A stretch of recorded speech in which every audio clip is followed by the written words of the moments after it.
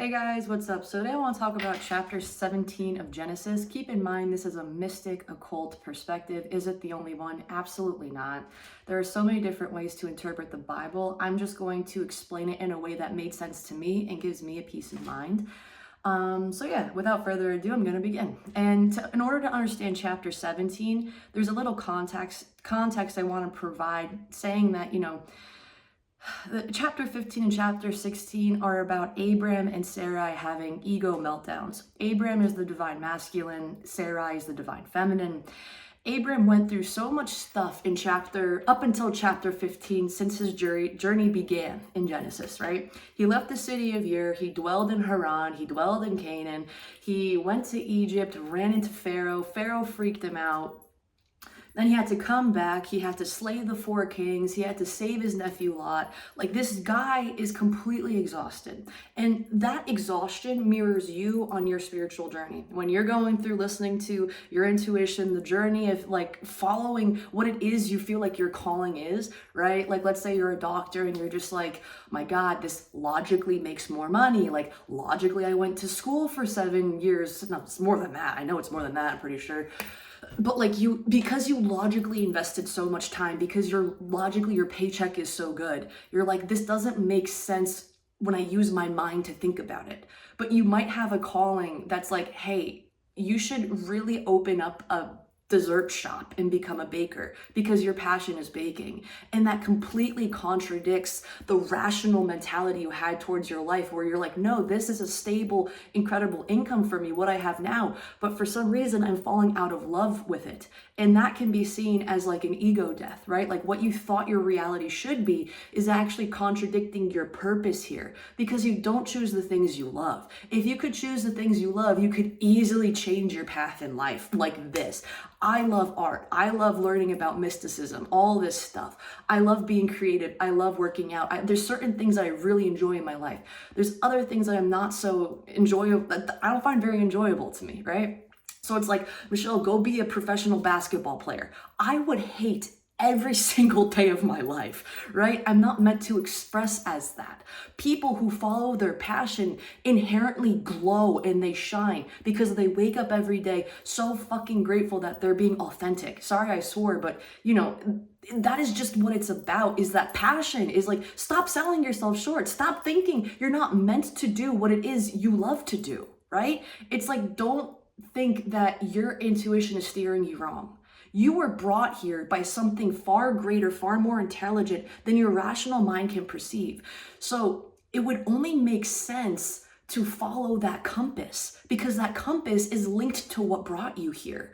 So even though it's scary, even though your rational mind can't understand what your journey has in store for you when you listen to your intuition, it is the wisest decision to make, to follow the path of love and to follow the path of authenticity, because that's what love is. It's very authentic. Again, you can't choose the things you love. That's what makes it very genuine. That's what makes it very real, because you can't rationally explain it, right?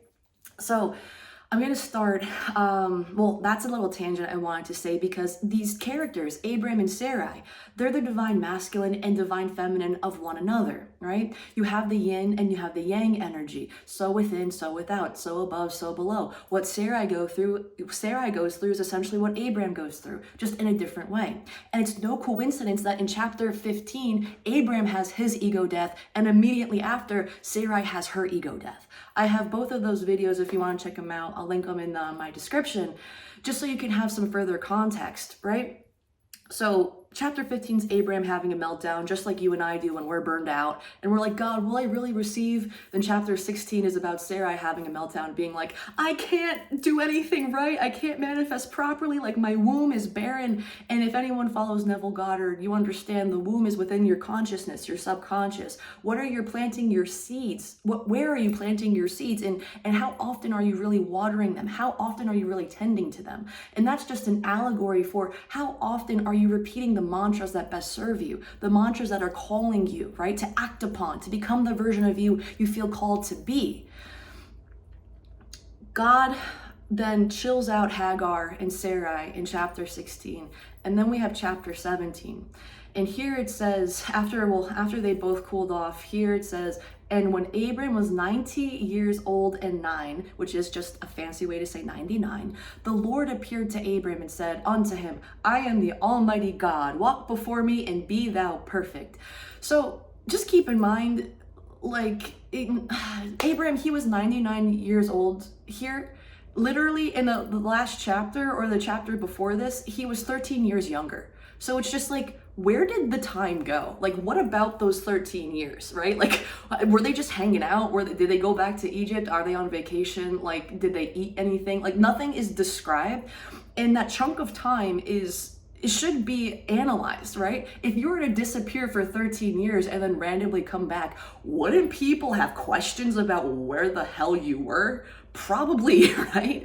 So here, it doesn't mean he physically was gone for 13 years. What it means is the numerology behind that number. Because that was a void, 13, if anyone is familiar with tarot, 13 is linked to the death card. And death doesn't mean actual death and like, oh, sorry, see ya, you're gone forever. It means rebirth. There's some sort of transformation with Abram here, because remember, in chapter 15, he had an ego meltdown, a dark night of the soul. Chapter 17 is him coming back revised, right? Like you, the phoenix, right? You came from ashes and now you're glowing, you're being genuine, you're being authentic, because your mind isn't judging your authentic expression anymore. So in chapter 17, basically Abram's a new man, and he said, God, or it's Almighty, I am the Almighty God, walk before me and be thou perfect. Meaning, walk in your authentic expression, and guess what? You're gonna be perfect, because this is how you're meant to show up in the world. And when you have the number 99, think of it numerologically, 9 plus 9 is 18, 8 plus 1 is 9. 9 is like very close to completion, which is 10, and then in numerology, when you have 10, it's actually the beginning, because it goes back to 1 since you don't count the 0. I know that's a little complex, but essentially this is just, again, reaffirming a completion of a cycle. So here in verse 1, God is just like, be you, be the you I'm trying to express as through you, and don't freaking change. Stop making this difficult, right? So then we have verse 2, and I will make my covenant between me and thee, and I will multiply thy seed exceedingly, or I will multiply thee exceedingly. Sorry, no seed. But here, it's essentially saying, because your limited mindset is gone, I'm going to multiply the amount of abundance you can receive, because finally you remove the blocks from your judgment, from your shame, from your lack of believing in yourself, which again mirrors what we do, right? We doubt ourselves. So then what gets reflected back to us in our 3D reality? Doubt, right? We have something that reaffirms our doubt that we project. But when we release that, then that means we show up differently. We have confidence, which is just the same thing as having faith, right? Faith is confidence in Latin, or conviction in Latin. And that's what it means, right? So when you have faith in yourself, God is saying, hey, you're perfect, and I'm going to multiply your abundance because you're showing up the right way. And then in verse 3, it says, and Abram fell on his face. Like, what? Like, how? He's literally just standing there. And then out of nowhere, it just blacks out. Like, it's things like this that we have to question. And then it says, and God talked with him saying. So when you understand, falling on your face can be linked symbolically to the concept of erasing the idea of who you think you show up as, what you think you are when you're using your mind and projecting in the 3D realm. I think it's the God in Islam, I forget his name. But he's not seen with a face. They smear his face. They sometimes they don't show his figure. And it's because it embodies the concept of YHWH, or what people call Yahweh.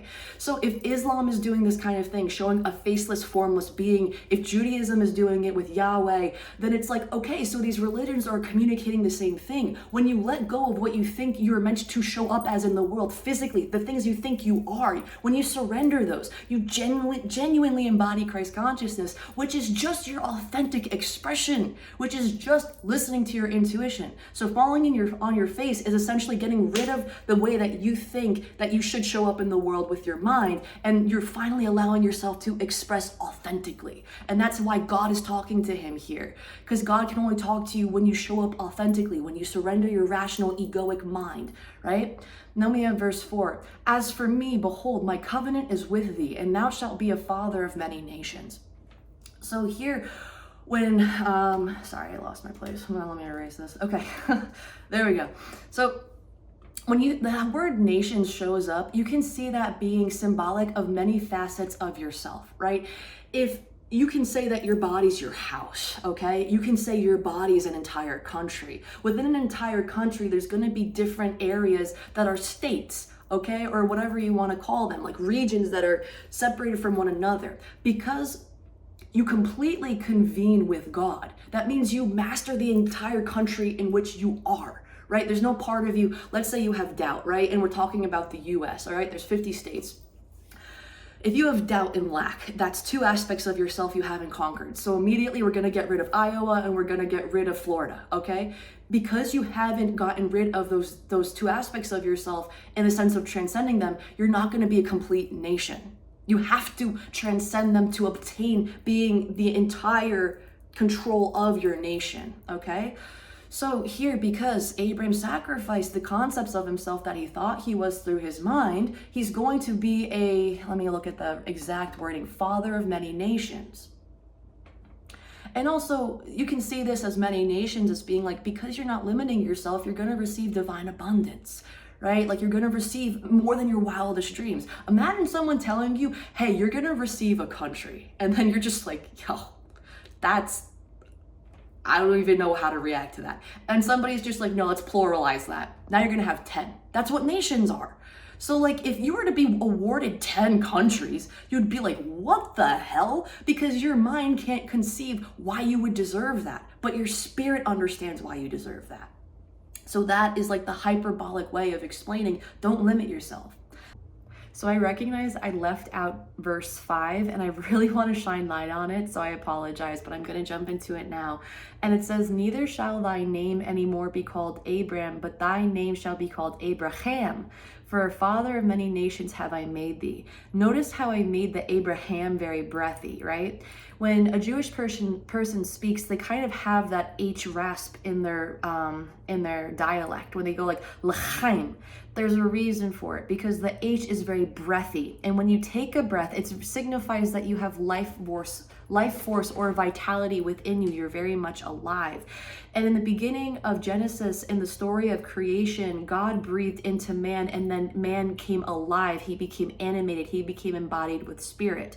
So H links to the idea of spirit because the connection between those two ideas is breath. So when Abraham receives the H, it's symbolic of him genuinely embodying being a spirit, being in Christ consciousness. He transcended his ego in chapter 15, and that's why he's able to resurrect and receive the H, because now he's genuinely breathing in a position from the spirit, or acting in nature from the spirit. Then we have verse 6. And I will make thee exceeding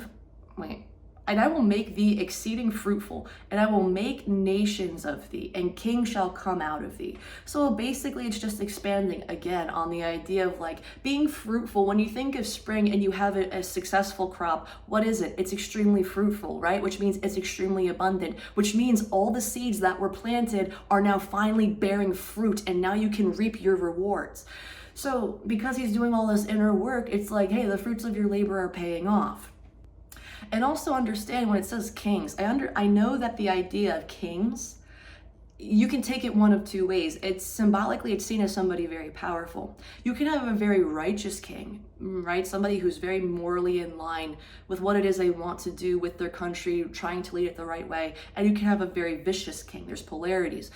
So kings, in my opinion, in the Bible are symbolic of karmic law, right? You reap what you sow. What you project outward is what you're going to receive back. It has nothing to do with morality. It has everything with what you think morality is, right? The judgment towards it. People who pray for wealth but think money is inherently evil will not receive it, because even though they're praying for it, they're lacking the conviction of believing they deserve it, because their fear of abundance was indoctrinated on them by somebody who's like, hey, money's bad for you, which might have been a church or a synagogue or whatever. Like, oh, only give to the church, but never receive anything. It's just like, well, that's ass backwards. Like, I was just born here to be a peasant. I'm born here to be a sinner and burn in hell forever. Like, when those things are kind of implied and insinuated, it's like, where did we go wrong? I don't even remember choosing to be here. Why am I immediately being punished? Have you ever seen a baby be born and how innocent and pure it is? Then you look at it and you're like, oh, you sinner, you disgusting scum. Can you imagine genuinely saying that to a baby and meaning it?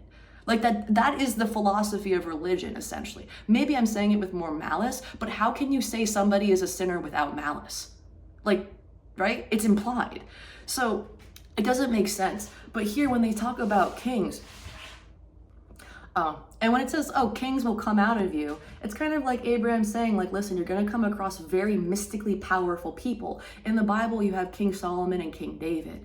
Even though literally I think King David was kind of screwy in like what he did in terms of his actions, but I'm pretty sure King Solomon was pretty good all throughout. Like when Abraham slayed the 4 kings and he was like, hey, I'm going to give you the bread and wine. That's an offering of, I think it was bread and wine. That's the offering of the Eucharist, right? And that's like a purifying idea. First, you have to receive the Eucharist because you're acknowledging your body, and then you receive and drink the wine because you receive your spirit. You don't have it vice versa. Like you need to acknowledge that your physical flesh first. You have to acknowledge your ego first. You have to have an ego death first before you witness your spirit and come in alignment with spirit. That's why you eat the body first of the Eucharist. That's why then you drink the wine.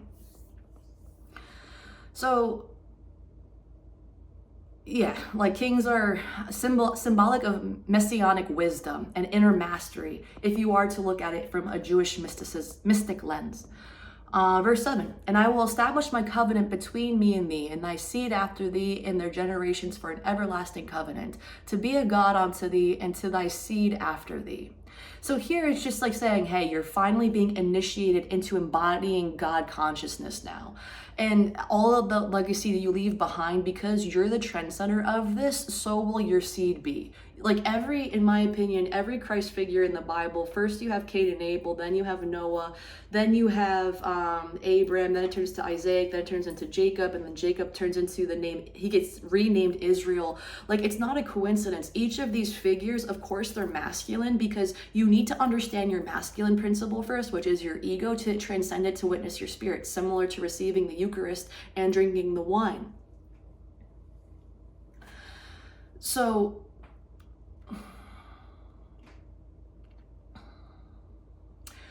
when he says again, and so will those after you, each of these guys are a resurrection, or what's it called? Like an ego death and rebirth, or a reincarnation of the next level up of consciousness, right? Cain and Abel are like the first ego death, then Noah's the second ego death, then what's his face? Abram is the third ego death, and so on and so forth. And it's same with you. Like when you experience these ego deaths within you, you become a lot more spiritually aware than you were in your previous one, right?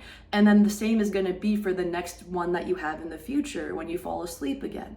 So here God is just saying, like, listen, because you really sealed the deal with this, with showing up for your spiritual journey, the men after you, or the lineage that you will precede you or proceed you, are going to be inherently more spiritual and significantly closer to finally birthing Jesus, right? Who is then the savior, or the person who embodies Christ consciousness at birth. He doesn't really have to go through too much trial and tribulation. I mean, he does, but like he masters it, and that's why he resurrects. And resurrection, in my opinion, is just transcending the ego impermanence and remaining in consciousness state. And when you remain conscious of your thoughts, that's when you can perform miracles. And if anybody understands the course of miracles, you know that miracles are inherently yours by divine right. They happen all the time. Miracles are the same thing as manifestations. If you witness your manifestations happening, that's a miracle. It seems like magic, but it's really not, because that's how the universe operates. The universe will always mirror back to you what you think and what you feel.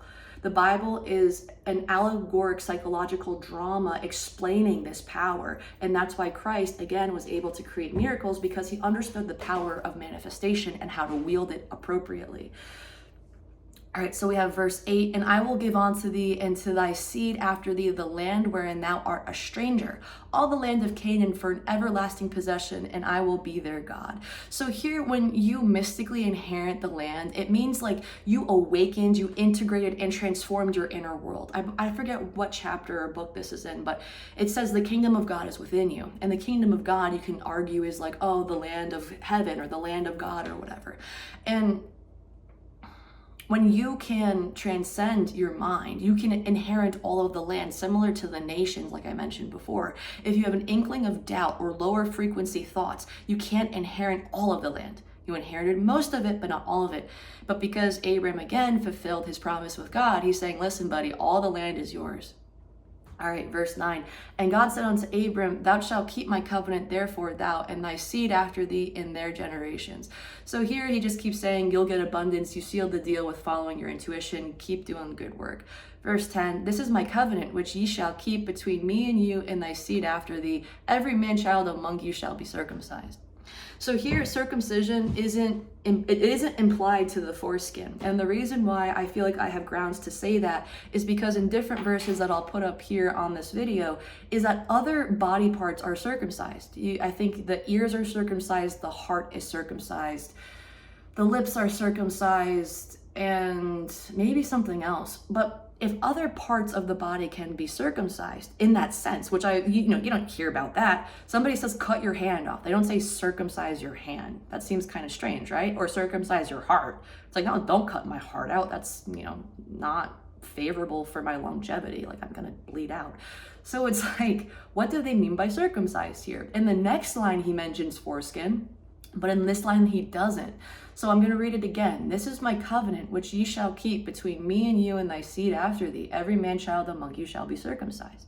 Circumcision, if you look at it in the literal sense, is, removing the tip of skin on the man's genitalia. And when you think of the most creative thing a human being can do on earth in its physical body is create another human, right? So when the Bible speaks upon male and female genitalia, it refers to this creative potential. But because foreskin isn't being mentioned here, the idea of circumcision is, which is removing of the skin. So when it says, every man-child among you shall be circumcised, what does it mean? All of your skin would be circumcised, not just your private parts, everything. And that seems like really demonic and crazy. And why every man-child? Why not every woman-child? What about that? Because man in the Bible is symbolic of the ego, or the physical nature of the masculine principle. When you circumcise the ego or the masculine principle, it means you see beyond your skin, you see beyond your flesh. So here it says, this is the covenant between me and you and everyone after you. You guys are going to circumcise your body. You're going to transcend your body, and you're going to dwell in the spiritual realm of reality. Then in verse 11, and ye shall circumcise the flesh of your foreskin, and it shall be a token of the covenant betwixt me and you, which is fancy for saying between. I was like, wow, how fancy, guys. This is nice. But here it says, now it mentions the foreskin. And like I mentioned before, the male genitalia is symbolic of the ultimate creation. So here, if you remove the top that's preventing you from creating, referencing the idea of releasing sperm into an egg, which is going to give you the manifestation of life, it's saying release the flap in permanence, not literally, but metaphorically, meaning release your creative potential, release your capacity to see a reality that you feel called to create and create it. Don't hold back. Verse 12, and he that is 8 days old shall be circumcised among you, every man-child in your generations, he that is born in the house or bought with the money of a stranger, which is not of thy seed. So here it's saying 8 days. 8 in mysticism, there's a bunch of different ways to refer to it, but I'm going to give you 2. 8 by Bill Donohue's standards means rupture or like change. But you can also take the 8 and flip it over, much like I believe it's the magician in tarot. You see like infinity above the card's head, right? And that's symbolic of like infinite potential. Of course, it's above the crown chakra, and of course, it's the magician holding up its, I believe, a candle or its wand, but regardless, a candle is symbolic of the spirit because there's fire. So when you're holding it up, that means like you're acknowledging that aspect of yourself. And when you hold it up proudly with the infinity, it means you have infinite potential through your spirit to create. So the reason that's why 8 is so important. Like, it's not about actually circumcising babies, because I'm gonna just say this at like a literal face value concept, right? Like, if you are to circumcise 100 men, put them in a room, and then have a conversation with them, would you be able to tell who's more holy than the other based on if they're circumcised or not? Like, you would not be able to call out who's circumcised, Because biblically speaking, literally speaking, if we're to take it literally, which is what religion does, you would be able to tell if a man was circumcised or not based on the amount of holiness that they exude. You know, if circumcision really created this kind of holy person that really understood consciousness, don't you think the world would be a hell of a lot different of a place? We wouldn't have all of this war, we wouldn't have all this violence, because these traditions would have actually helped and worked. But we've been doing these traditions for hundreds of thousands of years and they haven't made a difference. If not, it's gotten exponentially worse. So it's like, maybe this isn't about a literal tradition of actually doing this to a child. Maybe it's the concept of what I'm explaining, or lends a hand to the concept of what I'm trying to explain. When you circumcise a baby on the 8th day, it means you're introducing the infinite potential to pure spirit consciousness. A baby is purely aware of God. It's a reflection of God. There is no harm possible that it could do. It's so helpless. It's so innocent. It's like a dove. So when you circumcise a baby on the 8th day, it means there's rupture and change to the ego, releasing its infinite potential to unleash its pure spiritual consciousness and capability. It doesn't mean actually circumcising a human being, right? At least in my opinion, you know, take it with a grain of salt. Then we have verse 13. He that is born in thy house and he that is bought with thy money must needs be circumcised, and my covenant shall be in your flesh for an everlasting covenant.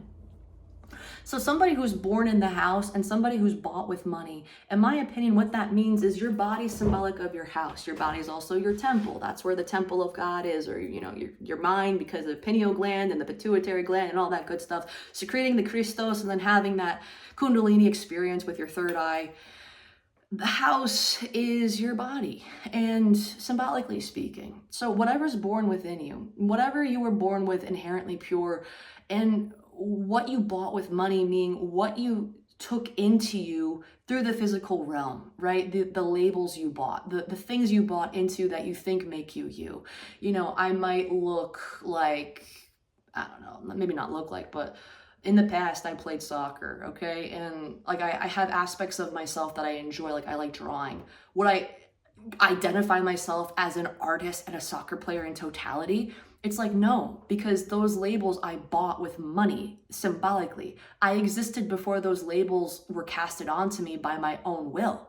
So that lends me to be able to ask the question that, who really am I? I'm not my labels. I'm the innocent purity of awareness that was born in my house at birth. But then I forgot because I bought labels with money thinking that those things would become me, because when you're born pure, your ego gets introduced. And if you don't wake up from your ego, you stay in that capacity, not capacity, but you stay limited to what you see with your two eyes and assume you are based on your judgments. You assume what you are, your judgments, essentially.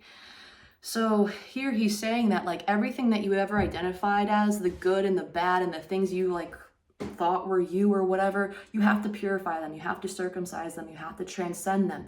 And my covenant shall be in your flesh for an everlasting covenant, meaning, like, again, just repeating the same thing over and over again. The Bible is so repetitive because the more you repeat something, the more you understand it, right? And every chapter and every character takes a different angle at explaining the same concept, because in life you're going to need to come across a lot of teachers that explain things in different ways that add another brick, right, to the idea of what it is you're trying to understand in totality. And teachers don't have to be scholars. Teachers are YouTubers, TikTokers. They're children. They're people at work. They're people at ShopRite, at the grocery store. Like, teachers are anything you can learn from. It could be a leaf on the ground. It doesn't mean that you have this like special degree that, you know, you need to have in order to be licensed. That's an ego construct. You can learn from the simplest things so long as you're just conscious of what's happening in front of you. So we need to understand that this repetition isn't for just annoyance and being redundant. It's so we understand and genuinely embody the scripture, because when you really understand the most holiest of scriptures and the most read books on the planet are these holy scriptures, it's because they're important. It's because they're the key to our psychology. And when we understand our psychology, we can transcend the limitations that were brought onto us when we were born and conditioned by society to think that we weren't gods on earth, but we in fact very much are. So verse 14, and the uncircumcised man-child whose flesh of his foreskin is not circumcised, that soul shall be cut off from his people. He hath broken my covenant. Now, I don't know about you, but an ever-loving God that says, hey, if you don't literally circumcise your kid or whatever, will be cut off from his people, meaning from his family, from his loved ones, from his friends, from his community, from his spiritual groups. And sorry, God is like, this is the deal breaker here. And it's just like, why would God care if you cut off a piece of you that you were born with? God created man. Why would he say, hey, sorry, I created all of you, that was perfect, but that whole little tip thing on top of your, your private area, you got to get rid of that. That was my bad. No, that's not it. God isn't stupid, and we need to give him more credit. So the redundancy and these kind of things that come up, it's like, it's for a reason. It's made to make you question, why would a perfect God who created this incredible reality screw up like this? The infinite potential of wisdom that the universe has screwed up? Like, no, that's not how it works. The mind screws up because it judges everything.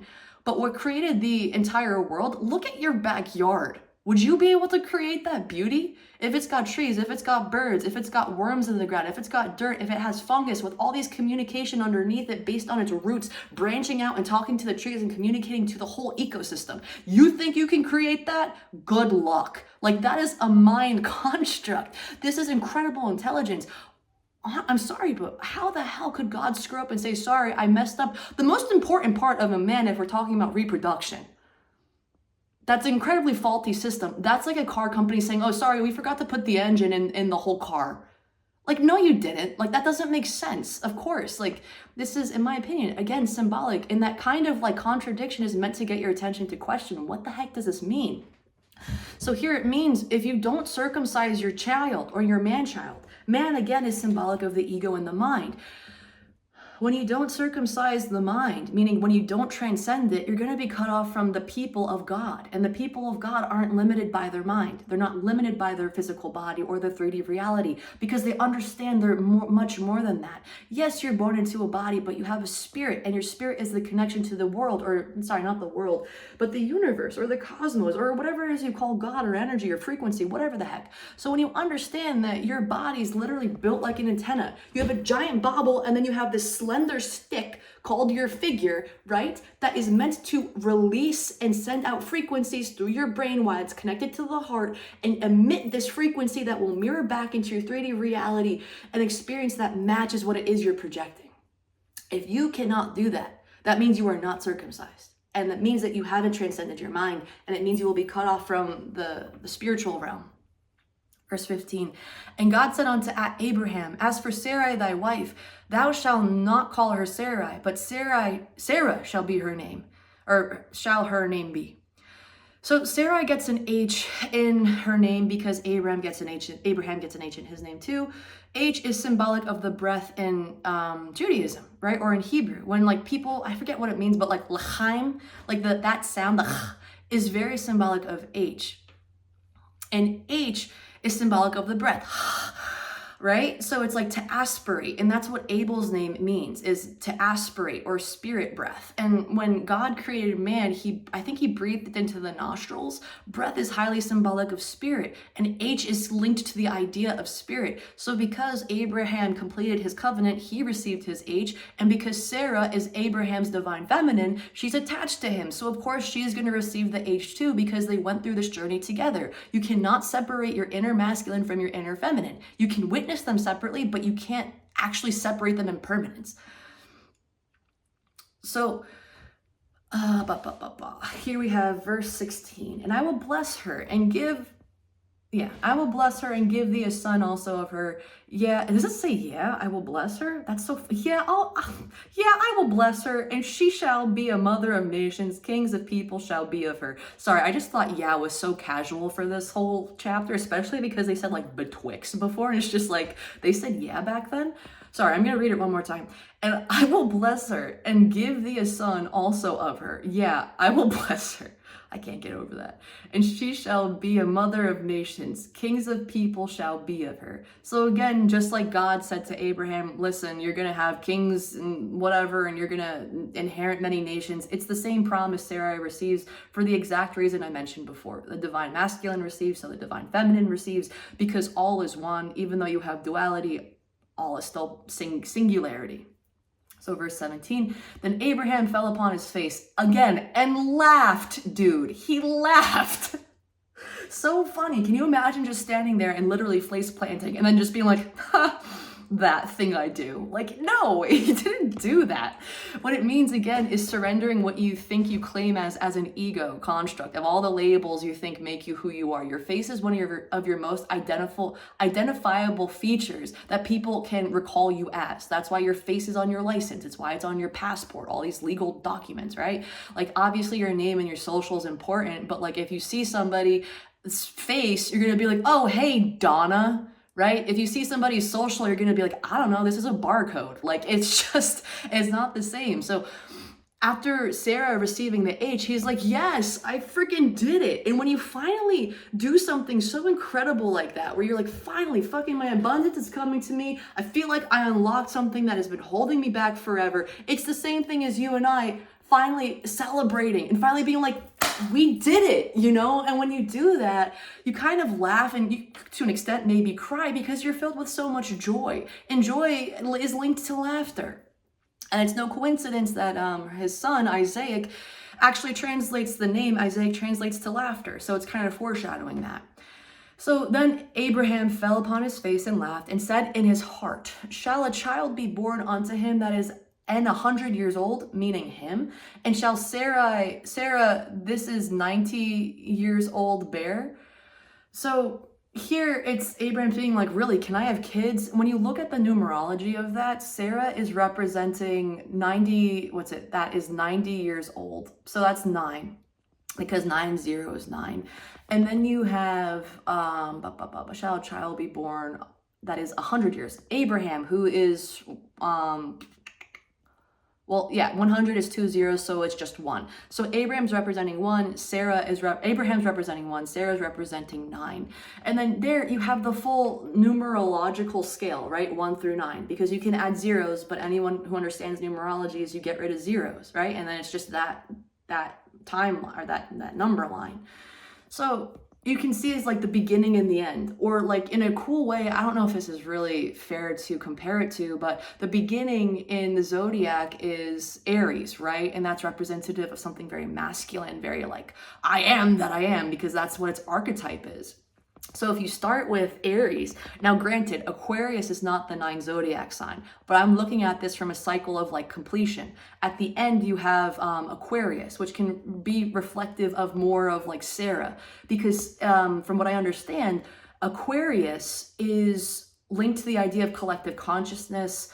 It's linked to the astrological concept of morality and love through knowledge, and detachment, which is like the spiritual objective. That's why Christ, after 50 days after Easter on Pentecost, he transcended into heaven, because he was completely detached from the concept of being tied to his body. He didn't literally transcend into heaven. He just returned whole to himself. He really united the divine feminine and divine masculine. So here it's like a cycle of completion is taken care of. You also have 1 and 9. And then if you add those together, what do you have? You have 10, which goes back to 1. So it's like a new beginning. So it's not really their ages. I mean, one can argue, yeah, these people literally live to this old, but I think it's allegory. So it's, a different perspective. So then we have verse 18, and it says, and Abram said unto God, oh, that Ishmael might live before thee. Abraham's concerned about his other son, Ishmael, who was born of Hagar, saying like, wait, but what about Ishmael? Like, he needs to thrive too. And it's kind of interesting because Ishmael is symbolic of like the less refined outer impulsive aspect of yourself, meaning your mind or your ego or like your labels, things of that nature. So like think of it, when you're on your spiritual journey and you try to like figure things out through your mind and you're just like, I can outsmart everybody, right? And it's like, that blows up in your face because you don't genuinely have conviction. Like when you're solely doing it through your ego without understanding your feminine nature, your spirit, there's lack of wisdom and there's more arrogance, and that's what Ishmael kind of represents. But Abraham's very protective of Ishmael as well, because you can't again separate your feminine from your masculine nature. Isaac is the higher nature, which is Ishmael's brother, and Ishmael's the lower nature. They're dual characters, kind of like Cain and Abel. It's no coincidence, they're the same thing. It's just that Cain and Abel were the original ego death. Then you had a couple reincarnations of the same kind of character archetype that's a Christ figure, from going from, what's his name? Noah to then Abraham. Then there's that new lineage born again. And it's just like, oh wow, these like ego constructs and spiritual constructs are here, but they have far more depth, and they're not as, I would say, you know, they're not as, fleeting. I feel like the story of Cain and Abel was crazy quick. It's just like Cain offered wheat and God's like no, and then Cain just killed his brother, and the end. It's heavy in symbolism, but the story of Isaac and Ishmael is far longer, and it's because there's more weight to that. Understand that on your spiritual journey, when you first have your ego death, it's just like boom, and you're like, oh, whoa, what the hell is that? I'm a spirit, my mind did this, all this stuff. Like, it's very quick, and it rocks your world, and you like freak out. And then because you're becoming more aware, because you're paying more attention to the present and being conscious, time seems to last longer. It's not as quick, it's not as fleeting, because you're actually paying attention day to day. And when you genuinely live in the moment, time actually seems to really extend, because you're not rushing, you're not living in the past, and you're not living in the future. So again, just to reiterate, the story of Ishmael and Isaac is longer because it represents a new nature of that reincarnated version of Cain and Abel, where there's more maturity going on, there's more spiritual growth going on. And again, that mirrors us on our spiritual journey. We have ego deaths every couple of experiences we have, and we become much stronger and much more aware the further we go, and the further we get burned, and the higher we reach, you know? All right, so verse 19. Oh, and sorry, I'll just, reiterate that the reason why, again, Abraham wants Ishmael to be taken care of is because you need to understand you have to have an ego in order to witness you're a spirit. If you didn't have an ego, you'd just be floating around as a spirit without judgment. You already did the work. Like, there's no story, there's no journey, there's no learning. It's just as is. So even though people will demonize the ego, it's not bad. When the ego owns you, meaning the material world owns you, and you're stuck to the physical plane thinking, oh my God, if I lose this, then I'm going to lose everything. And it's just like, actually, no, because God says in chapter 15 of Genesis, I am your great reward and I am your shield, which means if you follow your intuition and you really do it with conviction and confidence, I will reward you with abundance, and I will protect you and make, the sea split, essentially, like Moses walking through the sea. It's because things will shift randomly and crazily in order for you to get what it is you feel called to do, because you have faith to walk forward not knowing what's going to happen, right? But God has a way of making things happen, shift and move. And that's how the law of assumption works as well. There's a really cool girl, her name is Taylor Tukes on YouTube, and she talks about mind transmission. I'll list her name, and pointed out how she does these things where she has these experiments where she will say like, oh, I want this specific experience, and then she'll call in the person after the fact that the experience was had and talk to them and have them explain how it is that they got to the end result of what it is she wanted, and the hoops that the other person had to experience in order to get Taylor's manifestation to happen, even though the other person didn't know Taylor wanted it. It's a very cool thing. I highly recommend it. So, or at least to watch, because it gives you more conviction, right? You can't go wrong with having more faith. And I also forgot another verse. I'm so sorry. It's verse 19, and it says, and God said, Sarai thy wife shall bear thee a son indeed, and thou shalt call his name Isaac, and I will establish my covenant with him for an everlasting covenant, and with his seed after him. So this verse is essentially just saying the same thing over and over again. is that you're gonna have a son, right? But understand, in order to retrain your subconscious, right? This book is about psychology and it's about transcending your mind. When you really hammer home that all these mystic books are about rewiring your subconscious programming to plant new seeds, to then have a womb that can allow for a child to come through like Isaac, meaning having your manifestation come to pass because the new seeds you plant are of abundance, not of limitation, not of doubt, not of lack of conviction. When you have conviction, it means you have faith. That's what that word translates to. So you need to express conviction when you're on your spiritual journey in order to bear a child just like Sarah. But understand, Sarah had been barren her entire life up until this point. For some people, it takes forever to awaken. For you, if you're very fortunate and if you're very aware of what I'm talking about, you understand the capacity of your potential and your power. You know you can create a reality that best serves you, right? You have the ability to obtain abundance that's yours by divine right. And you do that by controlling your conscious awareness. You do that by programming yourself only with things that you want to experience in your 3D reality. You charge emotions with the wish desired, and then you wait for the 3D realm to express it back to you. You don't really wait around, but you just walk in faith knowing it's happening around you, right? So here it's again just saying Sarah is going to have a son, Isaac, and Isaac translates in Hebrew to the word laughter, and laughter you can connect to the word joy. And when you have authentic expression, when you feel abundant, when you feel connected to source because you feel genuine to who you really are, what does that give you? It gives you laughter because you're happy. That's my take on verse 19. Okay, back to the program. So verse 20, it says, "And as for Ishmael, I have heard thee. Behold, I have blessed him, and I will make him fruitful, and I will multiply him exceedingly. 12 princes shall he beget, and I will make him a great nation." So here God is like, listen, I'm not going to forget about your boy Ishmael. I'm going to provide for him, what's it called?